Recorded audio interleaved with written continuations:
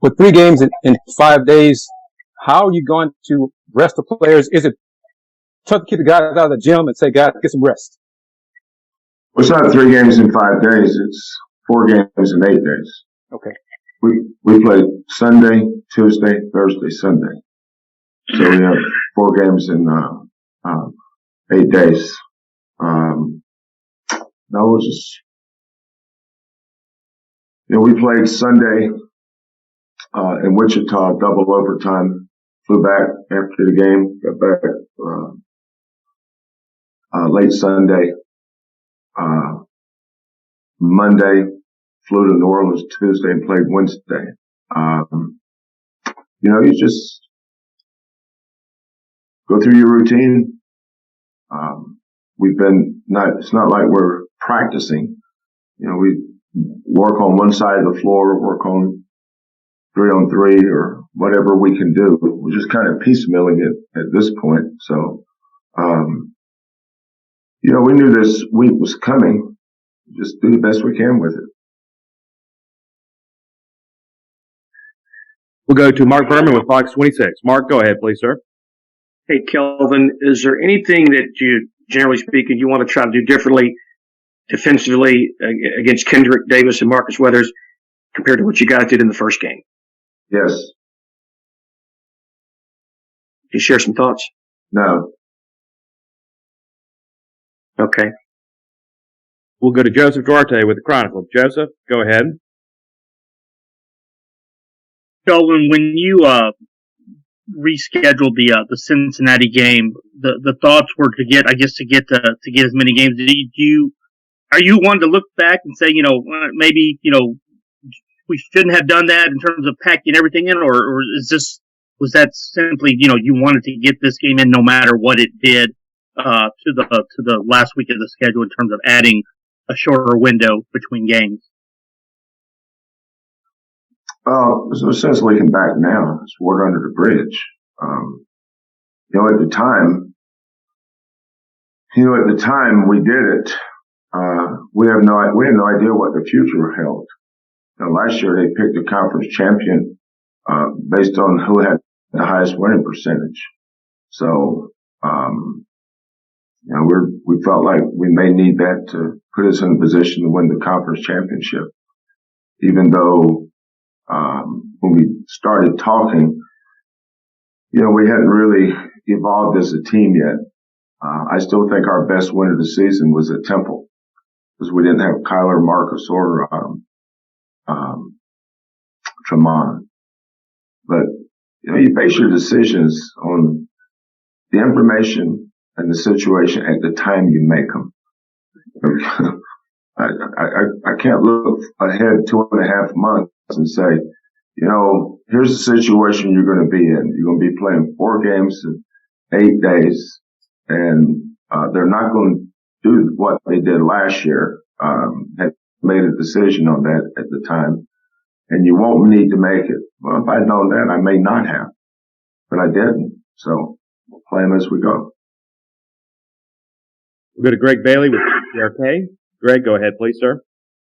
Kelvin, you've had very high praise for SMU in the past in terms of the stakes and the competition and on and on. How close will this be to NCAA tournament level of competition when you face them? Well, for us, Greg, every game we play is the game the other team circles. We're living this life. You guys watch it and get to the next game and ask questions, but Wichita State had their biggest crowd of the year.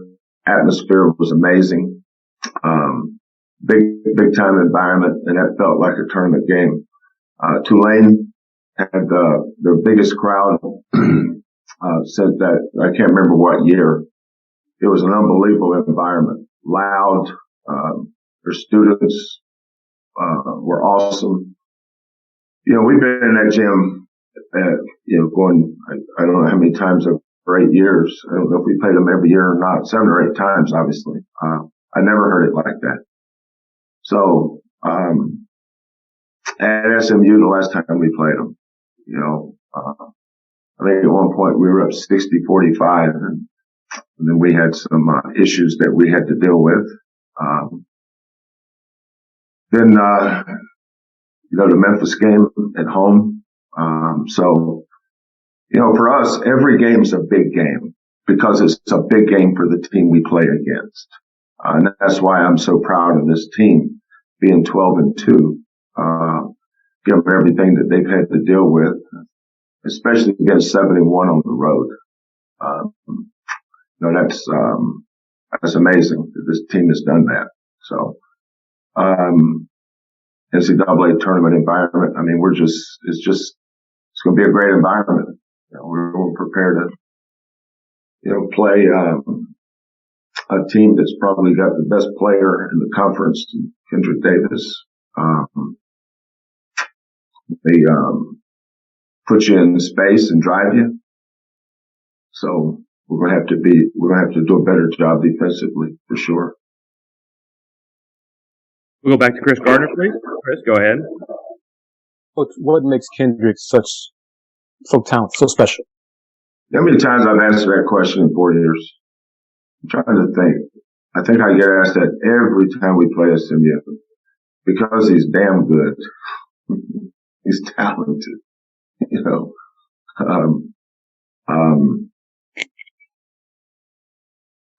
There's a lot of little guards that can pass. There's a lot of little guards that can shoot. There's a lot of little guards that can score. Most little guards can penetrate.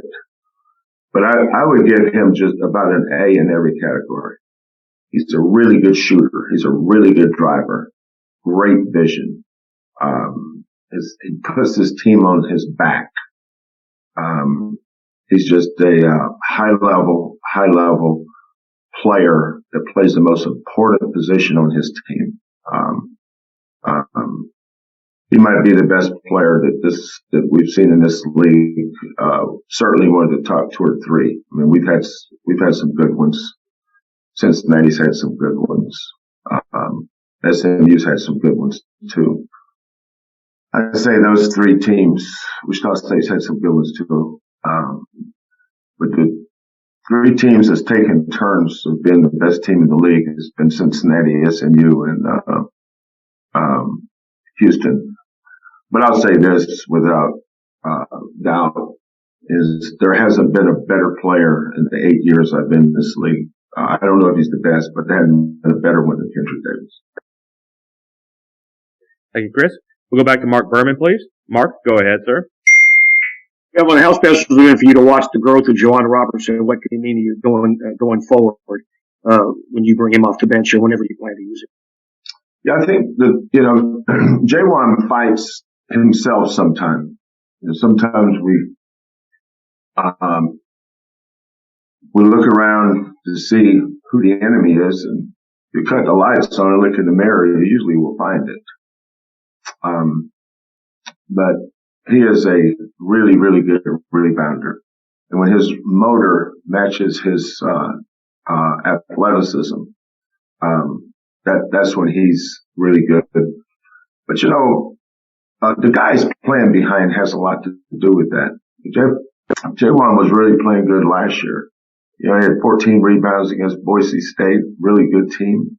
Had some really good games. And then all of a sudden Fabian came back and he didn't get to play. So somebody that doesn't know what they don't know say, well, what's wrong with Jaquan's numbers? Well, how about because he's not playing? Same thing this year. Fabian's the starter. Fabian plays a lot of minutes. So, but the other night, I didn't like Reggie's productivity. And so I said, you know what? Let's put Jaquan in there and see if he can match up with Cross a little bit better. And Jaquan had one of those nights where, and we've seen him do this several times. But, when you're getting inconsistent minutes, sometimes that equals inconsistent play. So there's not always an answer to everything. Sometimes it comes down to your opportunities. He hasn't had the opportunity to do that a lot. Had Reggie got 4 or 5 rebounds. Reggie had 0 offensive rebounds. I think he has 0 offensive rebounds the last game too. We don't get to keep playing if you don't produce. Simple as that, Jaquan went in the other night and produced. That means he's going to get another opportunity.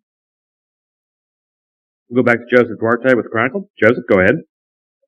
Kelvin, a few Zooms back, if I'm not mistaken, we were talking with you about maybe situations where aggressiveness and toughness you possibly wouldn't get the same type of your reputation wise, you wouldn't get the same type of calls as other teams. I was wondering how that factors into somebody like Josh, where you have to tell him now late in the season or in games to be more careful because people are watching. Y'all may not get some leeway or that wiggle room that other teams would, or how do you approach key situations and fouling and trying to stay out of those situations with your guys down the stretch here?